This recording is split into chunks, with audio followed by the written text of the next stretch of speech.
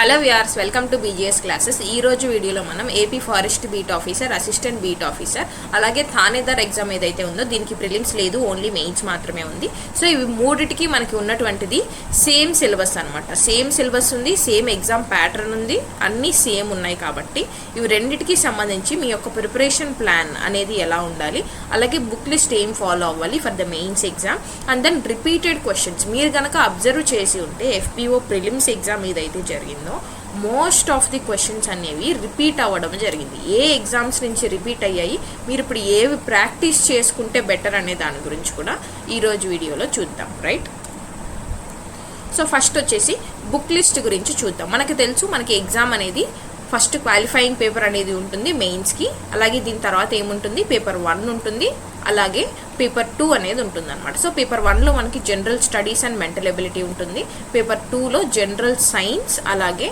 Mathematics ఉంటుంది. ఇది మనకు తెలుసు.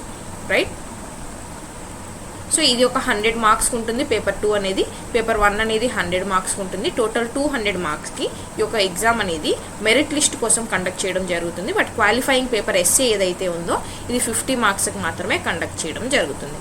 ఇది ఉన్నటువంటి ప్యాటర్న్ మనకి తెలుసు. సో ఫస్ట్ పేపర్లో ఉన్నటువంటి జనరల్ స్టడీస్కి ఉన్నటువంటి సబ్జెక్ట్స్లో అసలు మీరు ఏ బుక్స్ ఫాలో అవ్వాలి, ఏం చదవాలి అని కనుక మనం ప్రీవియస్ వచ్చినటువంటి ప్రిలిమ్స్ పేపర్ని కనుక మనం చూస్తే, హిస్టరీలో మనకి సిలబస్లో ఇండియన్ హిస్టరీ చదవాలని చెప్పాడు, ఏపీ హిస్టరీ కూడా చదవాలని చెప్పాడు. బట్ మనకి ఎగ్జామ్లో ప్రిలిమ్స్లో ఏమి ఇచ్చాడు, ఓన్లీ ఏపీ హిస్టరీ ఇచ్చాడు. ఓన్లీ ఏపీ హిస్టరీ కూడా దాదాపుగా 6 to 7 క్వశ్చన్స్ అనేవి ఇవ్వడం జరిగింది. 6 to 7 క్వశ్చన్స్ ఎవరైతే ఇప్పుడు గ్రూప్ 2కి ప్రిపేర్ అయ్యి ఉంటారో వాళ్ళ ఈజీగా ఈ క్వశ్చన్స్ అనేవి ఆన్సర్ చేయడం జరిగిందనమాట. అలాగని చెప్పి ఇప్పుడు మరి ఇండియన్ హిస్టరీ ఇవ్వడా అంటే ఇప్పుడు ఇవ్వడానికి కూడా ఛాన్సెస్ ఉన్నాయి అని చెప్పలేము, లేవు అని కూడా చెప్పలేము. దట్ ఈస్ వై వాడు మొన్న ఇవ్వలేదు కదా అని చెప్పి మాత్రం మీరు ఏ ఒక్క టాపిక్ని, ఏ ఒక్క సబ్జెక్ట్ని నెగ్లెక్ట్ చేయొద్దు. అన్ని సిలబస్లో ఏమైతే ఇచ్చాడో ఇప్పుడు ఇచ్చేది 100 క్వశ్చన్స్ కాబట్టి మీరు అన్నీ కూడా కవర్ చేసుకోవడానికే ట్రై చేయండి. ఏ టాపిక్ కూడా మొన్న ఇవ్వలేదులే ఇప్పుడు కూడా ఇవ్వడు అని స్కిప్ చేయొద్దు. రైట్, ఇండియన్ హిస్టరీకి సంబంధించి అయితే మీరు ancient history and medieval history and modern history చదవాలి. మోడర్న్ అనేది ఎక్కువ ఫోకస్ చేయండి compare to ancient and medieval. దీనికైతే మీరు ఫస్ట్ ఎన్సీఆర్టీస్ చదువుకోండి. లేదు ఎన్సీఆర్టీస్ మేము ఆల్రెడీ చదివేసాము అనుకున్న వాళ్ళైతే సతీష్ చంద్ర గారి బుక్ ఉంటుంది, అలాగే ఆర్ఎస్ శర్మ గారి బుక్ ఉంటుంది. ఇవి రెండు కూడా కంప్లీట్ అయిపోయాయి అనుకున్న వాళ్ళు మోడర్న్ హిస్టరీ చదవాలనుకుంటే స్పెక్ట్రమ్ అనేది కంప్లీట్ చేసుకోండి, బెటర్ అనమాట. మరి ఏపీ హిస్టరీ కనుక మనం చూస్తే, ఏపీ హిస్టరీ మొన్న మనకు క్వశ్చన్స్ ఎక్కువ వచ్చాయి కాబట్టి ఈసారి కూడా వచ్చేటువంటి ఛాన్సెస్ ఎక్కువ ఉన్నాయి. సో ఏపీ హిస్టరీకి సంబంధించి నేనైతే వెంకటేష్ సార్ బుక్ అయితే సజెస్ట్ చేస్తాను. బికాస్ గ్రూప్ 2 టైంలో ఈ యొక్క బుక్ అనేది చాలా మందికి చాలా వరకు యూజ్ అవ్వడం జరిగింది. సో ఈ యొక్క బుక్కి సంబంధించి లింక్ కూడా నేను మీకు డిస్క్రిప్షన్లో ఇస్తాను. ఇఫ్ మీరు ఇంట్రెస్ట్ ఉంటే మీరు ఈ యొక్క బుక్ పర్చేస్ చేసి ఏపీ హిస్టరీ కంప్లీట్ చేసుకోండి. బికాస్ 10 క్వశ్చన్స్ అంటే 10 మార్క్స్ దీని నుంచి రావడానికి ఛాన్స్ ఉంటుంది కాబట్టి every question matters in our mains exam కాబట్టి ఏది ఈజీగా తీసుకోవద్దు. రైట్, మరి నెక్స్ట్ పాలిటిక్స్ సంబంధించి అయితే లక్ష్మీకాంత్, ఇది యూనివర్సల్ బుక్ మనకు తెలుసు. నెక్స్ట్ ఎకానమీకి సంబంధించి అయితే ఐఎస్ఎన్ రాజు సార్ ఉంది. ఇక్కడ గమనించండి, ఇండియన్ ఎకానమీ గురించి చూసుకోవాలి, ఏపీ ఎకానమీ గురించి కూడా చూసుకోవాలి. మనకి ఏపీ ఎకానమీ గురించి బడ్జెట్ మీద క్వశ్చన్ అనేది మొన్న అడిగాడు. So that is why recent budget ఏదైతే ఉందో ఈ యొక్క బడ్జెట్ కావచ్చు, ఎకనామిక్ సర్వే కావచ్చు, పాలసీస్ కావచ్చు, వీటన్నిటిని కూడా ఏపీకి సంబంధించి చూసుకోవాలి, ఇండియన్ ఎకానమీ కూడా చూసుకోవాలి. నెక్స్ట్ వచ్చేసి జాగ్రఫీ మేజర్గా ఎన్సీఆర్టీస్ కవర్ చేసుకోండి సరిపోతుంది. మరి కరెంట్ అఫైర్స్ ఏం కవర్ చేసుకోవాలి అంటే నేను మీకు ఒకటే సజెస్ట్ చేస్తాను. కరెంట్ అఫైర్స్ మీరు కంప్లీట్ చేసుకోవాలి అనుకుంటే ఈదర్ వీక్లీ కంప్లీట్ చేసుకోండి, లేదంటే మంత్లీ కంప్లీట్ చేసుకోండి. లేదు మాకు టైం ఉంది మేము కంప్లీట్ చేసుకుంటాము అంటే డైలీ కరెంట్ అఫైర్స్ ఏదైతే ఉన్నాయో ఈ యొక్క డైలీ కరెంట్ అఫైర్స్ చూసుకోండి. రీసెంట్గా జరిగినటువంటి ప్రిలిమ్స్ ఎగ్జామ్లో అందరూ ఏమన్నారంటే కరెంట్ అఫైర్స్ నుంచి ఎక్కువ క్వశ్చన్స్ రాలేదు అన్నారు. కరెంట్ అఫైర్స్ నుంచి ఎందుకు క్వశ్చన్స్ రాలేదు, కరెంట్ అఫైర్స్ నుంచి క్వశ్చన్స్ ఉన్నాయి. బట్ ఎలా ఇచ్చాడు అంటే ఈ యొక్క కరెంట్ అఫైర్స్ నుంచి కూడా మేజర్గా ఎన్విరాన్మెంట్కి సంబంధించే ఇచ్చాడు. సో అందరూ ఎలా ఫీల్ అవుతున్నారు అంటే ఎన్విరాన్మెంట్ మీద ఎక్కువ క్వశ్చన్లు వచ్చేసాయి అంటున్నారు. మీరు చదువుతున్న ఎగ్జామే ఎన్విరాన్మెంట్కి సంబంధించి కదా, ఫారెస్ట్లో వర్క్ చేయాలి కదా. సో దట్ ఈస్ బై ఫారెస్ట్కి సంబంధించి కరెంట్ అఫైర్స్ ఏ ఉన్నాయో అవి ఇచ్చాడు. అవి మీరు ఎన్విరాన్మెంట్ పార్ట్ నుంచి ఇచ్చాడు అని అనుకోవద్దు. వాడు కరెంట్ అఫైర్స్ని ఎన్విరాన్మెంట్లో ఏవైతే ఉన్నాయో అవి ఇవ్వడం జరిగింది. అవి మీరు ఎక్కువ ఫోకస్ చేయడానికి ట్రై చేయాలన్నమాట. రైట్, నెక్స్ట్ వచ్చేసి డిజాస్టర్ మేనేజ్మెంట్ ఉంది, sustainable development and environmental protection ఉంటుంది. ఇవి చిన్న చిన్న టాపిక్స్ కాబట్టి మీరు ఓన్ నోట్స్ చేసుకున్నా కూడా దీనిలో అంత ప్రాబ్లం ఏమి ఉండదు. ఓన్ నోట్స్ అనేది ఫాలో అవ్వడానికి ట్రై చేయండి ఫర్ దీస్ 2 టాపిక్స్. నెక్స్ట్ వచ్చేసి మెంటల్ ఎబిలిటీ. మొన్న జరిగినటువంటి ప్రిలిమ్స్ ఎగ్జామ్లో బెనిఫిట్ ఎవరికి జరిగింది అంటే ఎవరైతే మెంటల్ ఎబిలిటీ అండ్ మ్యాథమెటిక్స్ బాగా ప్రిపేర్ అయ్యారో వీళ్ళకి మొన్న ఎగ్జామ్ అనేది చాలా వరకు బెనిఫిట్ అవ్వడం జరిగింది. బికాస్ వచ్చినటువంటి క్వశ్చన్లో మొత్తం ఎగ్జామ్ పేపర్లోనూ మీరే అబ్జర్వ్ చేయండి. ఏదైనా క్వశ్చన్కి మీరు డెఫినెట్గా ఇది కరెక్ట్ ఆన్సర్ చేశాను అని మీరు చెప్పగలుగుతారు. అది ఏది అంటే ఇవి 2 టాపిక్సే, మెంటల్ ఎబిలిటీ అండ్ మ్యాథమెటిక్స్ కదా. సో దట్ ఈస్ వై నేనేం చెప్తాను అంటే ఇఫ్ మీరు కనుక మ్యాథ్స్ బ్యాక్గ్రౌండ్ నుంచి కానీ లేదంటే మెంటల్ ఎబిలిటీ అండ్ మ్యాథమెటిక్స్ మాకు బాగా వచ్చు అని కనుక మీరు అనుకుంటే ఈ యొక్క 2 టాపిక్స్ మీద మాత్రం చాలా వరకు ఫోకస్ చేయండి. బికాస్ మ్యాథమెటిక్స్ అనేది మనకి next mathematics and general science 100 క్వశ్చన్స్కి పేపర్ అనేది వస్తుంది. So that is why half questions వచ్చినా కూడా మనం ఆశ్చర్యపోవాల్సిన అవసరం లేదు. మెంటల్ ఎబిలిటీ నుంచి 15 to 20 క్వశ్చన్స్ వచ్చినా కూడా ఆశ్చర్యపోవాల్సిన అవసరం లేదు in paper 1. That is why మీరు మోస్ట్ ఆఫ్ ది మార్క్స్ అనేది వీటిలోనే గెయిన్ చేసుకోవచ్చు. కాబట్టి ఇందులోనే ఎవరైతే ఈ యొక్క బ్యాక్గ్రౌండ్ నుంచి మాకు బాగా వచ్చు ఈ సబ్జెక్ట్స్ అనుకుంటారో మీరు ఈ టాపిక్స్ మీదనే ఎక్కువగా ఫోకస్ చేయడానికి ట్రై చేయండి. మరి నెక్స్ట్ వచ్చేసి ఏముంటుంది, జనరల్ ఎస్ఏ గురించి చూద్దాం. సో జనరల్ ఎస్ఏ అనేది చాలా మంది క్వాలిఫైయింగే కదా అని మాత్రం నెగ్లెక్ట్ చేయొద్దు. నా బెస్ట్ సజెషన్ ఏంటి అంటే ఇది క్వాలిఫైయింగ్ అయినప్పటికీ ఇదే మీ డిసైడింగ్ పేపర్. ఈ పాయింట్ మీరు మర్చిపోవద్దు. మీరు పేపర్ 1 పేపర్ 2 కలిపి ఎంత బాగా రాసేసినా కూడా అవుట్ ఆఫ్ 200 మీరు 150 వచ్చేలాగా మీరు ఈ యొక్క ఎగ్జామ్ ని రాసినా కూడా ఇఫ్ మీరు ఈ యొక్క ఎస్ఏలో గనక క్వాలిఫైయింగ్ మార్క్స్ అనేది తెచ్చుకోలేదు అంటే దీంట్లో క్వాలిఫై కాలేదు అంటే మీరు ఈ యొక్క పేపర్ ని వాళ్ళు అసలు చూడరు, దీన్ని కరెక్షన్ కూడా చెయ్యరు. ఓకేనా. సో దట్ ఈస్ వై ఈ యొక్క పేపర్స్ కి ఎంతైతే ఇంపార్టెన్స్ ఇస్తున్నారో క్వాలిఫైయింగ్ పేపర్ ఎస్ఏకి కూడా అంతే ఇంపార్టెన్స్ ఇవ్వండి. రైట్. సో జనరల్ ఎస్ఏ మనకు తెలుసు ఒక్క క్వశ్చన్ ఇస్తారు on the topic of forest కానీ ఎన్విరాన్మెంట్ కానీ. ఇవి రెండింటికి సంబంధించి ఒక్క క్వశ్చన్ ఇవ్వడం జరుగుతుంది. 45 minutes టైం ఇస్తారు. 50 మార్క్స్ ఉంటుంది. Qualifying in nature.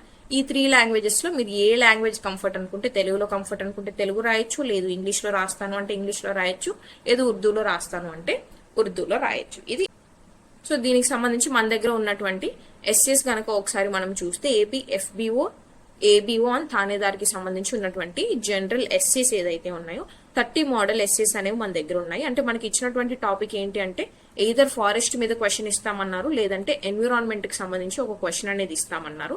సో దీన్ని బేస్ చేసుకుని ఫారెస్ట్ కి సంబంధించి ఒక 10 క్వశ్చన్స్, ఎన్విరాన్మెంట్ కి సంబంధించి ఒక 10 క్వశ్చన్స్, అలాగే దీంట్లో మీరు ఎడ్జ్ ఉండాలి, మీకు మార్క్స్ అనేది యాడ్ చేయాలి అంటే మీరు ఏం చేయాలంటే పాలసీస్ కావచ్చు, ఇనిషియేటివ్స్ కావచ్చు, గవర్నెన్స్ కావచ్చు, ముఖ్యంగా ఏపీలో మనం ఏమైనా ఈ యొక్క ఫారెస్ట్ అండ్ ఎన్విరాన్మెంట్ కి సంబంధించి స్కీమ్స్, ఇనిషియేటివ్స్, మెషర్స్, లాస్ కావచ్చు, లెజిస్లేషన్స్ కావచ్చు, రూల్స్ కావచ్చు, ఏమన్నా తీసుకొచ్చామనేటివి మెన్షన్ చేస్తే మనకి ఇంకొంచెం మార్క్స్ అనేది ఎక్స్ట్రా రావడానికి స్కోప్ ఉంటుంది అనమాట. సో దానికి సంబంధించి ఈ యొక్క policies mainly AP related, every question లో ఏపీ రిలేటెడ్ మనం తీసుకొచ్చి డేటాని ఒక 10 క్వశ్చన్స్ అనేది యాడ్ చేయడం జరిగింది. సో టోటల్ గా 30 క్వశ్చన్స్ అనేది మనం ఇవ్వడం జరుగుతుంది. మోడల్ ఎస్ఏ ఆన్సర్స్ అనమాట. ఈ యొక్క ఆన్సర్స్ మీరు డైరెక్ట్ గా తీసుకెళ్లి ఎగ్జామ్ లో రాసినా కూడా ఎలాంటి ప్రాబ్లమ్ ఉండదు, మీరు డెఫినెట్ గా క్వాలిఫై అవ్వడం అనేది జరుగుతుంది అనమాట. బోత్ లాంగ్వేజెస్ తెలుగులోనూ అవైలబుల్ గా ఉన్నాయి, ఇంగ్లీష్ లోనూ అవైలబుల్ గా ఉన్నాయి. ఏ లాంగ్వేజ్ ప్రిఫర్ చేసే వాళ్ళు మేము ఈ లాంగ్వేజ్ లో రాస్తున్నాము ఎగ్జామ్ అనుకుంటే ఆ లాంగ్వేజ్ లోనే మీరు తీసుకోవచ్చు. పీడిఎఫ్ మెటీరియల్ అనేది మీకు షేర్ చేయడం జరుగుతుంది. అలాగే ఈ చెస్ అనేది మనకి ఎగ్జామ్ కి ఎలాగైతే కావాలో 500 to 600 words లోనే ఇవ్వడం కూడా జరిగింది అనమాట. ఈ యొక్క 30 ఎస్ఎస్ అనేది very less price for 99 rupees only మీకు ఇవ్వడం జరుగుతుంది. వన్స్ మీరు దీన్ని చదువుకుంటే సరిపోతుంది అనమాట. ఒక్కసారి దీన్ని మీరు చదువుకున్నారు అంటే మీకు ఈజీగా అర్థమవుతుంది. మీరు రాయాల్సింది ఒక్క క్వశ్చన్ ఎగ్జామ్ లో కాబట్టి ఇవన్నీ కలిపి మీకు గుర్తున్నటువంటి పాయింట్స్ మీరు రాసినా కూడా సరిపోతుంది. బట్ మీకు ఏం తెలియాలి అంటే అసలు ఏం రాయాలనేది తెలియాలి కాబట్టి ఈ యొక్క ఎస్ఏస్ అన్ని చదువుకుంటే మీకు ఒక ఐడియా వస్తుంది దట్ వాడు ఏం అడుగుతున్నాడు, మీరు ఏం రాయాలి అని. Right. So if you are interested, ఎవరైనా తీసుకోవాలి అని కనుక అనుకుంటే ఇక్కడ డిస్ప్లే చేసినటువంటి నెంబర్ కి మీరు వాట్సాప్ చేస్తే మీకు ఈ యొక్క మెటీరియల్ అనేది షేర్ చేయడం జరుగుతుంది. నెక్స్ట్ ఏముంటుంది మనకి, సో ఎస్ఏ కంప్లీట్ అయిపోయింది. తర్వాత మనకి పేపర్ 2 లో జనరల్ సైన్స్ ఉంటుంది. జనరల్ సైన్స్ లో మీరు గమనించాల్సిన మెయిన్స్ కి ఏంటి అంటే ప్రిలిమ్స్ లో మనకి 8 టాపిక్స్ మాత్రమే ఉంటాయి. బట్ మెయిన్స్ కి వచ్చేసరికి ఇంకొక టాపిక్ యాడ్ అవుతుంది. అది సోలార్ సిస్టమ్, ఈ యొక్క యూనివర్స్ గురించి ఉంది, అలాగే స్పేస్ గురించి ఉంది అనమాట. సో ఇది మనకి యాడ్ అయ్యేటువంటి న్యూ టాపిక్. సో దీనికి సంబంధించి మీరు ఆల్రెడీ ప్రిలిమ్స్ ఒక సోర్స్ అనేది ఫాలో అయి ఉంటారు కాబట్టి ఆ యొక్క సోర్స్ మీకు ఆల్రెడీ కంప్లీట్ అయిపోయింది అనుకుంటే ప్రాక్టీస్ ఎక్కువ చేయండి. ఓకేనా. అదే పదే మీరు వేరే వేరే బుక్స్ చదివి వేరే వేరే బుక్స్ చదవకుంటే ఒకే బుక్ ని మీరు ఎన్నిసార్లు చదువుతారు అంటే 5 to 6 times చదవడానికి ట్రై చేయండి. 4-5 బుక్కులు తీసుకొని మీరు ఒక్కసారి చదవడం కంటే కూడా ఒక్క బుక్ని మీరు 5 to 6 టైమ్స్ చదివితే ఎఫెక్టివ్ ప్రిపరేషన్ అంటారు దాన్ని. ఓకేనా? సో దట్ ఈస్ వై ఒక్క బుక్నే మీరు ఎక్కువ టైమ్స్ రివిజన్ చేయడానికి ట్రై చేయండి. ఇప్పుడు టైం ఉంది కదా అని చెప్పి వేరే వేరే బుక్స్కి వెళ్ళడం అయితే వద్దు. మీకు అయిపోయింది చదవడం అనుకుంటే ప్రాక్టీస్ చేయండి, ఎక్కువ క్వశ్చన్స్ అనేది ప్రాక్టీస్ చేయండి. ఓకే, నెక్స్ట్ వచ్చేసి మ్యాథమెటిక్స్ కూడా నేను ఇందాక చెప్పిందే చెప్తాను, same as reasoning. Daily practice చేయండి, అప్పుడే మీకు ఇది మ్యాథమెటిక్స్ అండ్ రీజనింగ్ అనేది ఎగ్జామ్లో మీకు అది ఎలా సాల్వ్ చేయాలి అనేది వెంటనే మీకు క్లిక్ అవ్వాలి అంటే ప్రాక్టీస్ తప్ప దీనికి ఎలాంటి మంత్రాలు తంత్రాలు పనిచేయవు. రైట్? మరి next most of the questions కనుక మీరు అబ్జర్వ్ చేసి ఉంటే ఎక్కడి నుంచి వచ్చాయి అనుకుంటే మోస్ట్ ఆఫ్ ది క్వశ్చన్స్ రిపీటెడే ఉన్నాయి. లెట్స్ మనకి 75 క్వశ్చన్స్ వచ్చాయి అని అనుకుంటే ఈ యొక్క 75 క్వశ్చన్స్ లో even mathematics and reasoning questions కూడా మనకి రిపీటెడే ఉన్నాయి. ఎక్కడి నుంచి రిపీట్ అయ్యాయి, మీరు ఎక్కడ చూసారు అని మీరు అడగొచ్చు. మీరు previous year questions of RRB exams కావచ్చు, ఎస్ఎస్సి ఎగ్జామ్స్ కావచ్చు, మన ఏపీఎస్సి రీసెంట్ గా కండక్ట్ చేసిన ఎగ్జామ్ నుంచి కూడా ఎఫ్ఆర్ఓ ఎగ్జామ్ కండక్ట్ చేసింది. మన ఏపీఎస్సి ఫారెస్ట్ కి సంబంధించి ఫారెస్ట్ రేంజ్ ఆఫీసర్ ఎగ్జామ్ అనేది ఈ ఇయర్ లోనే కండక్ట్ చేయడం జరిగింది. ఓకేనా? దీని నుంచి కూడా సేమ్ క్వశ్చన్స్ రిపీట్ అవ్వడం జరిగింది. సో అందుకే చెప్తున్నాను, క్వశ్చన్ పేపర్ని ఫస్ట్ అనలైజ్ చేయండి. మీరు ఎక్కువ క్వశ్చన్స్ రాసే కొద్దీ ఏమవుతుంది అంటే మీరు ఎక్కడి నుంచి క్వశ్చన్స్ వస్తున్నాయి అనేది మీరే అనలైజ్ చేసుకోవచ్చు. సో మీకు ఇప్పుడు అర్థం అవ్వాల్సింది ఏంటి అంటే క్వశ్చన్స్ మీరు ఎక్కువ మాక్ టెస్ట్ ఎక్కడున్నాయి, టెస్ట్ సిరీస్ ఎక్కడున్నాయి, కొత్త క్వశ్చన్స్ ఎవరు ఇస్తున్నారు, ఇది కాదనమాట మీరు ఫోకస్ చేయాల్సింది. అసలు ప్రీవియస్ ఇయర్ క్వశ్చన్స్ అనేవి వచ్చాయి కాబట్టి ఈ యొక్క ప్రీవియస్ ఇయర్ క్వశ్చన్స్ అనేవి ఎక్కడున్నాయి అని తీసుకొని వీటిని డైలీ సాల్వ్ చేయడానికి ట్రై చేయండి చాలు. బికాస్ ఈ యొక్క ఆర్ఆర్బీ, ఎస్ఎస్సి, ఏపీఎస్సిలో జనరల్ సైన్స్ నుంచి క్వశ్చన్స్ ఉంటాయి. సో వీటిని సాల్వ్ చేయడానికి చూస్తే మీరు నెక్స్ట్ ఎగ్జామ్ ఏదైతే మెయిన్స్ ఉందో ఈజీగా దీనిలో మార్క్స్ అనేది ఎక్కువ స్కోర్ చేయడానికి స్కోప్ ఉంటుంది అనమాట. ఆల్రెడీ మీరు టెస్ట్ సిరీస్ తీసుకొని ఉంటారు ప్రిలిమ్స్ కోసం, దాన్నే ప్రాక్టీస్ చేయండి. అడిషనల్ గా ఇప్పుడు ఏం చేస్తారు మెయిన్స్ కి అంటే ఏవైతే ప్రీవియస్ ఇయర్ క్వశ్చన్స్ ఉన్నాయో ఈ యొక్క ఎగ్జామ్స్ కి సంబంధించి వీటిని డైలీ సాల్వ్ చేయండి. లేదంటే వీటికి సంబంధించి డైలీ వీడియోస్ ఎక్కడైనా ఉంటే వాటిని చూడండి. నేను చేస్తాను వీటికి సంబంధించి previous year questions, general science ఏవైతే ఉన్నాయో ఈ యొక్క జనరల్ సైన్స్ కి డైలీ నేను కూడా వీడియోస్ అనేది చేయడం జరుగుతుంది. Subscribe to the channel so that you can watch those videos also. మరి నెక్స్ట్ మనం వచ్చేసరికి మీ యొక్క ప్రిపరేషన్ ప్లాన్ ఎలా ఉండాలి అని కనుక చూస్తే పర్ డేకి మీరు ఎన్ని అవర్స్ చదువుతారు అనేది ఫస్ట్ ఫిక్స్ అవ్వాలి. దాంట్లో హాఫ్ టైం అనేది మీరు జనరల్ స్టడీస్ కి డెఫినెట్ గా ఇవ్వాలి, హాఫ్ టైం అనేది జనరల్ సైన్స్ కి ఇవ్వాలి. నెక్స్ట్ 2 అవర్స్ అనేది డెఫినెట్ గా మీరు దేనికి ఇవ్వాలి అంటే రీజనింగ్,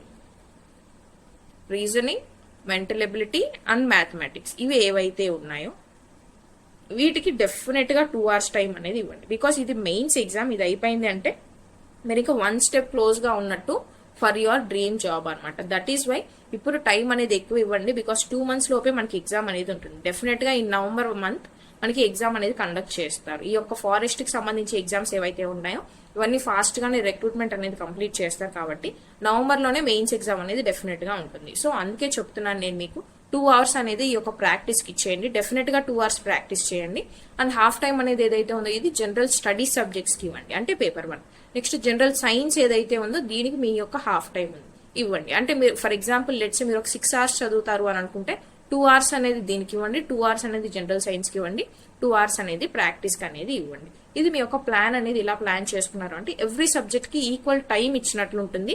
బట్ మోస్ట్లీ ఏం ఫోకస్ చేయాలి అంటే వెయిటేజ్ గురించి మాత్రం ఆలోచించవచ్చు. లాస్ట్ టైం వెయిటేజ్ ఇవ్వలేదు కదా మేడం, మరి సిలబస్ అలాగ ఇచ్చారు, దాన్ని అసలు ఫాలో కాలేదు అంటే అది మన ఇష్టం కాదండి, అది ఏపీఎస్సి ఇష్టం అనమాట. ఎక్కడి నుంచి క్వశ్చన్స్ ఇస్తుంది అనేది కూడా మనమే చెప్తే మరి ఏపీఎస్సి ఎందుకు ఇంకా. సో సిలబస్ అది ఇంకొక పాయింట్ కూడా చెప్తున్నాను, లాస్ట్ టైం ఇవ్వలేదు కదా ఈసారి ఇవ్వడు అని మాత్రం నెగ్లెక్ట్ చేయొద్దు. ఈ యొక్క నెగ్లిజెన్స్ కూడా వద్దు, సరేనా? సిలబస్ లో ఏమైతే ఇచ్చారో అవన్నీ కూడా కంప్లీట్ చేయడానికి ట్రై చేయండి. All the best for your preparation. Start your preparation from today. Thank you so much for watching and subscribe for more updates. See you all tomorrow again.